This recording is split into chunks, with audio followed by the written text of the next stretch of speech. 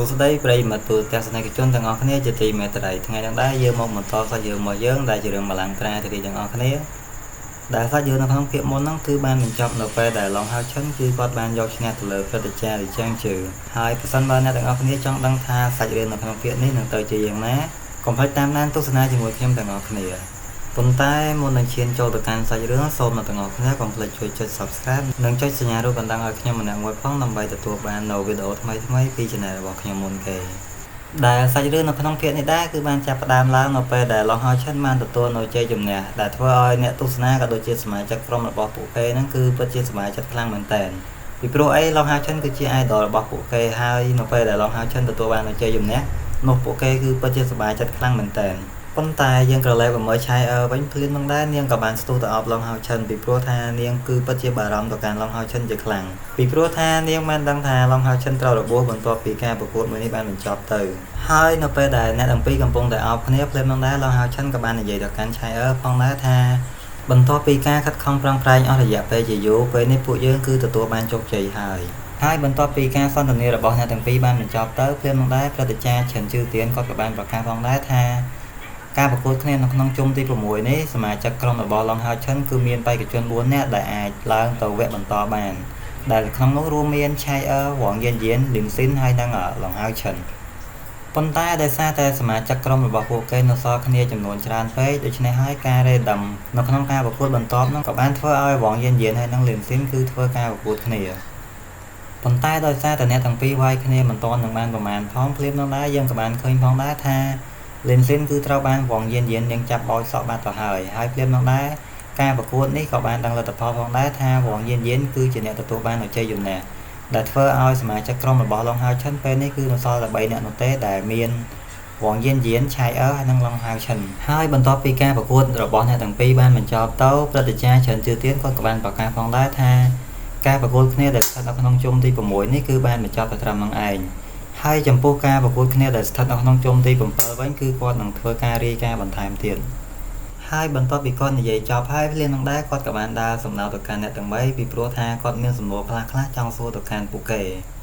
ដែលគាត់ក៏បានចាប់ផ្ដើមសួរទៅកាន់ឡុងហៅឈិនវងយិនហើយនិងឆៃផងដែរថាតើពួកគេទាំង3នាក់ហ្នឹងគឺចង់នៅបន្តការប្រកួតទៀតដែរឬទេពីព្រោះថាការប្រកួតនៅក្នុងជុំទី7នេះគឺតម្រូវឲ្យពួកគេដែលជា top 3នៅក្នុងក្រុមហ្នឹងគឺប្រកួតជាមួយនឹងក្រុមដទៃទៀតដែលមានចំណាត់ថ្នាក់ពីលេខ1ដល់លេខ3ដូចគ្នាដូច្នេះហើយគាត់ក៏ចង់សួរបញ្ជាក់ថាតើពួកគេទាំង3នាក់គឺនៅតែបន្តការប្រកួតទៀតដែរឬទេប៉ុន្តែយើងក៏លែកមកមើលពួកគេទាំង3នាក់វិញបន្ទាប់ពីឮព្រឹទ្ធាចារ្យឈិននិយាយដូច្នេះហើយពួកគេក៏បានឆ្លើយយល់ព្រមយ៉ាងលឿនទៅកាន់ព្រឹទ្ធាចារ្យលីផងដែរហើយបន្ទាប់ពីព្រឹទ្ធាចារ្យឈិនគាត់បានឃើញអ្នកទាំង3ឆ្លើយដូច្នេះហើយគាត់ក៏បានតបទៅវិញផងដែរថាខ្ញុំនឹងត្រឡប់ទៅសម្ព័ន្ធវិញហើយធ្វើការរាយការណ៍អំពីការប្រកួតគ្នាដែលស្ថិតនៅក្នុងជុំទី7នេះទៅកាន់សម្ព័ន្ធព្រោះថាការប្រកួតនេះគឺរៀបនឹងចាប់ផ្ដើមមកទៅហើយបន្ទាប់ពីគាត់និយាយជាមួយនឹងអ្នកទាំង3ចប់ហើយភ្លាមនឹងដែរគាត់ក៏បានប្រកាសពីលទ្ធផលដែលជាប់នៅក្នុងជុំទី6នេះផងដែរហើយលទ្ធផលនៃការប្រកួតគ្នាដែលស្ថិតនៅក្នុងជុំទី6នេះអ្នកដែលទទួលបាននៅជ័យជំនះគឺជាក្រុមរបស់ឡុងហៅឈិនឬក៏ពន្លឺនៃក្តីសង្ឃឹមនេះឯងដោយឆៃនាងបានធ្វើការប្រកួត2ដងហើយនាងឈ្នះទាំង2ដងដូច្នេះហើយនាងក៏មានពិន្ទុបន្ថែមទៀតដែរគឺបន្ថែមចំនួន10ពិន្ទុដូច្នេះហើយពិន្ទុដែលនាងមានសរុបនៅក្នុងជុំមួយនេះគឺមានចំនួន74ពិន្ទុហើយចំណែកឯឡុងហៅឈិនវិញគឺមានពិន្ទុសរុបទាំងអស់មានចំនួន96ពិន្ទុចំណែកឯពិន្ទុរបស់ពួកគេទាំងអស់គ្នាប្រសិនបើបូកបញ្ចូលគ្នាវិញគឺមានចំនួន352ពិន្ទុដែលពិន្ទុនេះដែរវាគឺជាពិន្ទុមួយដែលខ្ពស់ជាងសមាជិកឬក៏ដូចក្រុមដទៃទៀតដែលបានចូលរួមប្រកួតផងដែរហើយបន្ទាប់មកព្រឹទ្ធាចារ្យឈិនគាត់ក៏បានឲ្យអ្នកទស្សនាទាំងអស់គ្នាគឺក្រោកឈរឡើងដើម្បីទះដៃអបអរទៅកាន់ក្រុមរបស់ឡុងហៅឈិនដែលបានទទួលនៅជ័យជំនះដែលស្ថិតនៅក្នុងជុំទី6នេះផងដែរហើយបន្ទាប់មកសាច់រឿងរបស់យើងក៏កាត់មកដល់ពេលយប់ដែលនៅក្នុងយប់នេះដែរគឺជាយប់មួយដែលសមាជិកក្រុមរបស់ឡុងហៅឈិនក៏ដូចជាឡុងហៅឈិនផ្ទាល់គឺកំពុងតែធ្វើពិធីជប់លៀងដើម្បីអបអរនៅជ័យជំនះក្រុមរបស់ពួកគេដែលនៅក្នុងពិធីជប់លៀងនេះផងដែរពួកគេគឺពិតជាផឹកអស់ច្រើនមែនទែន ប៉ុន្តែភ្លាមនឹងដែរឡងហៅឆិនក៏បាននិយាយទៅកាន់សមាជិកក្រុមរបស់ពួកគេផងដែរថានៅក្នុងយប់នេះគឺពួកគេកំពុងតែអបអរនៅជ័យជំនះដែលពួកគេទទួលបានប៉ុន្តែពួកគេគឺមិនត្រូវភ្លេចពីការវឹកហាត់ឬក៏ស្ដារឡើងនៅធម៌ពលឡើងវិញពីព្រោះថាពួកគេគឺត្រូវមានការប្រកួតនៅក្នុងថ្ងៃស្អែកដូច្នេះហើយបន្ទាប់ពីពិធីជប់លៀងមួយនេះបានបញ្ចប់ទៅពួកយើងទាំងអស់គ្នាគួរតែទៅកន្លែងវឹកហាត់រៀងៗខ្លួនដើម្បីរៀបចំខ្លួនធ្វើការប្រកួតនៅក្នុងថ្ងៃស្អែកហើយបន្ទាប់ពីឡុងហៅឆិនបាននិយាយចប់ហើយយើងក៏បានឃើញផងដែរថាសមាជិកក្រុមរបស់ពួកគេគឺពិតជាសប្បាយចិត្តមែនទែនដោយពួកគេមិនបានខ្វល់ពីការនិយាយរបស់ឡុងហៅឆិននោះទេដោយគ្រាន់តែឆ្លើយនិយាយថាយល់ព្រមទៅកាន់ឡុងហៅឆិនហើយបន្ទាប់ពីពិធីជប់លៀងមួយនេះបានបញ្ចប់ទៅយើងក៏បានឃើញផងដែរថាសមាជិកក្រុមរបស់ឡុងហៅឆិនគឺបានទៅបន្ទប់វឹកហាត់របស់គេរៀងៗខ្លួនប៉ុន្តែខណៈពេលនេះដែរលីនស៊ីនគឺក៏អត់ទាន់បានទៅបន្ទប់វឹកហាត់របស់គាត់ទេដែលភ្លាមនឹងដែរគាត់កំពុងតែធ្វើដំណើរឆ្ពោះទៅកាន់កន្លែងមួយហើយកន្លែងដែលគាត់ធ្វើដំណើរមកនោះគឺជាកន្លែងជីតារបស់គាត់ដែលភ្លាមនឹងដែរគាត់ក៏បានហៅឈ្មោះរបស់លោកតាគាត់ផងដែរហើយបន្ទាប់ពីលោកតាលីនគាត់ឃើញលីនស៊ីនមកទាំងយប់ដូច្នេះគាត់ក៏បាននិយាយផងដែរថាហេតុអ្វីបានជាអ្នកមកទីនេះពីព្រោះថាការធ្វើតែសាកល្បងគឺនឹងធ្វើឡើងនៅថ្ងៃស្អែកនោះទេប៉ុន្តែលីនស៊ីនក៏បានតបទៅវិញផងដែរថាខ្ញុំមិនខ្វល់នោះទេពីព្រោះថាគោលបំណងរបស់គេគឺមិនទុកឱកាសឲ្យគេដើម្បីវឹកហាត់នោះទេដូច្នេះហើយតើវានឹងមិនមានបញ្ហាអ្វីទេមែនទេលោកតាហើយបន្ទាប់ពីលោកតាលីនគាត់បានលើលីនស៊ីននិយាយដូច្នេះហើយគាត់ក៏បានកែបន្តិចផងដែរប៉ុន្តែលីនស៊ីនក៏បានបន្តទៀតផងដែរថាខ្ញុំមកទីនេះគឺគ្រាន់តែចង់សួរសុខទុក្ខលោកតាប៉ុណ្ណោះតើវាមិនមានអ្វីខុសទេមែនទេលោកតាប៉ុន្តែដោយលោកតាលីនគាត់បានដឹងពីចរិតរបស់លីនស៊ីនច្បាស់គាត់ក៏បាននិយាយផងដែរថាណែអាក្មេងឯងកុំចំណាយពេលរបស់ខ្ញុំអត់ប្រយោជន៍សូមឯងនិយាយនៅអ្វីដែលឯងត្រូវការមកហើយប្រសិនបើឯងត្រូវការអ្វីឯងគ្រាន់តែនិយាយប្រាប់ខ្ញុំមកឬឯងចង់មានកំណត់ចង់មករស់នៅក្នុងសម្ព័ន្ធវេទមន្តវិញលីនស៊ីនហើយបន្ទាប់ពីលីនស៊ីនបានលើលោកតាលីននិយាយដូច្នេះហើយគាត់ក៏បានដកដង្ហើមធំបន្តិចផងដែរដែលគាត់ក៏បាននិយាយតាមត្រង់ប្រាប់ទៅកាន់លោកតាលីនផងដែរថាគាត់មកទីនេះគឺដើម្បីវឹកហាត់នៅវិជ្ជាសម្ងាត់ដែលសម្ព័ន្ធវេទមន្តមានហើយគ្រាន់តែលោកតាលីនគាត់លើលីនស៊ីននិយាយដូច្នេះគាត់ក៏បានសួរបញ្ជាក់ទៅកាន់លីនស៊ីនផងដែរថាតើឯងប្រកាសចិត្តដែរឬទេថាឯងចង់វឹកហាត់នៅវិជ្ជាសម្ងាត់មួយនេះដោយលីនស៊ីនក៏បានឆ្លើយថាយល់ព្រមពីព្រោះថាគាត់គ្មានចិត្តស្ទាក់ស្ទើរដើម្បីពិចវេះពីការវឹកហាត់នៅវិជ្ជាមួយនេះនោះទេហើយជាការពិតណាស់វិជ្ជាសម្ងាត់មួយនេះក៏បានធ្វើឲ្យឪពុករបស់ខ្ញុំស្លាប់ផងដែរដូច្នេះហើយខ្ញុំក៏ចង់សាកល្បងក៏ដូចជាបន្តនៅកេរដំណែលដែលឪពុករបស់ខ្ញុំគឺគាត់បានកសាងមករយៈពេលជាយូរផងដែរទោះបីជាខ្ញុំដឹងថាវិជ្ជាវេទមន្តមួយនេះវាមិនមែនជាអ្នកធ្វើឲ្យឪពុករបស់ខ្ញុំជាអ្នកស្លាប់ក៏ដោយ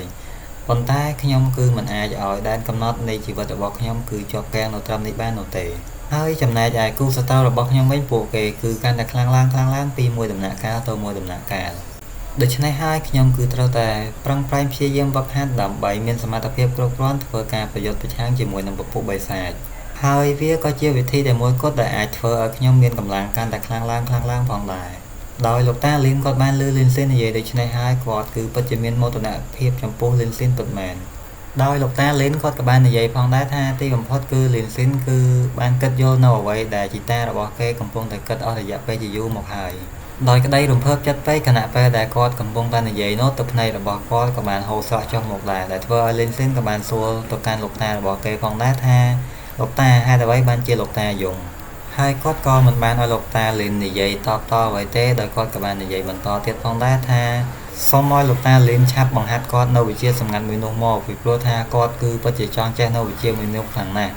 ហើយបន្ទាប់ពីគាត់ចេះវិជ្ជានេះហើយគាត់នឹងប្រើប្រាស់វាដើម្បីធ្វើការប្រយុទ្ធប្រឆាំងជាមួយនឹងពពួកបិសាចនិងដើម្បីដឹកនាំមនុស្សជាតិចេញផុតពីភាពខ្មៅងងឹតនៃយុគសម័យមួយនេះផងដែរហើយបន្ទាប់ពីលីនស៊ីននិយាយចប់ហើយលោកតាលីនគាត់ក៏បានបង្ហាត់បង្រៀននៅវិជ្ជាសម្ងាត់មួយនោះទៅកាន់លីនស៊ីនផងដែរហើយពួកគេទាំងពីរអ្នកតានិងចៅនោះក៏បន្តនៅវឹកហាត់នៅវិជ្ជាមួយនោះរហូតតទៅដល់យប់ជ្រៅក៏ពួកគេមិនទាន់បញ្ឈប់នោះទេអ្វីត្បិតតែវិជ្ជាមួយនេះគឺជាវិជ្ជាមួយដែលលីនស៊ីនចង់វឹកហាត់ប៉ុន្តែគ្រាន់តែថាវាគឺមិនងាយស្រួលនៅក្នុងការវឹកហាត់នោះទេដែលវាគឺពិតជាពិបាកនៅក្នុងការវឹកហាត់និងពិបាកក្នុងការស្វែងយល់ពីវិជ្ជាមួយនេះខ្លាំងពិតមែនប៉ុន្តែសាច់រឿងរបស់យើងក៏បានកាត់ចូលដល់ថ្ងៃបន្ទាប់ដែលថ្ងៃនេះដែរគឺជាថ្ងៃធ្វើតេស្តសាកល្បងនៅក្នុងការប្រកួតហើយការសាកល្បងនេះដែរគឺជាការសាកល្បងនៅធម៌ពលព្រលឹង ដែលយើងក៏បានឃើញផងដែរថាមានសសរត្បូងដ៏ធំមួយដែលសសរនេះដែរគឺមានសមត្ថភាពនៅក្នុងការសាកល្បងក៏ដូចជាដឹងពីធម៌ពលព្រលឹងរបស់មនុស្សគ្រប់គ្នាដែលពួកគេបានធ្វើការសាកល្បងនៅក្នុងការប្រកួតហើយការចូលរួមសាកល្បងនេះផងដែរគឺមានសម្ព័ន្ធទាំង6រួមទាំងក្រុមរបស់ឡុងហៅឈិនដែលជាក្រុមពន្លឺនៃក្តីសង្ឃឹមប៉ុន្តែភ្លាមនោះដែរស្រាប់តែមានបុរសម្នាក់ទៀតក៏បានមករាយការណ៍ប្រាប់ទៅកាន់ឡុងហៅឈិនផងដែរថាខណៈពេលនេះគឺលីនស៊ីនគឺក៏អត់បានមកដល់នៅក្នុងទីលានប្រកួតនោះទេដោយគាត់ក៏មិនដឹងថាមូលហេតុអ្វីបានជាលីនស៊ីនគឺគាត់អត់បានមកចូលរួមនៅក្នុងការប្រកួតមួយនេះនោះទេប៉ុន្តែឡុងហៅឈិនក៏បានតបទៅវិញផងដែរថាសូមអ្នកកុំបារម្ភអីខ្ញុំទុកចិត្តលើគាត់ដូច្នេះហើយគាត់នឹងប្រហែលជាមកដល់ក្នុងពេលឆាប់ៗនេះប៉ុន្តែដោយមិនទាន់ដឹងថាការធ្វើតេស្តនេះនឹងប្រព្រឹត្តទៅយ៉ាងណាផងសាច់រឿងរបស់យើងក៏បានឈានចូលមកដល់ទីបញ្ចប់ហើយប្រសិនបើអ្នកទាំងអស់គ្នាចង់ដឹងថាសាច់រឿងនៅក្នុងគ្លីបបន្ទាប់នឹងទៅជាយ៉ាងណាសូមកុំភ្លេចតាមដានទស្សនាជាមួយខ្ញុំទាំងអស់គ្នាជួបគ្នានៅក្នុងវីដេអូក្រោយ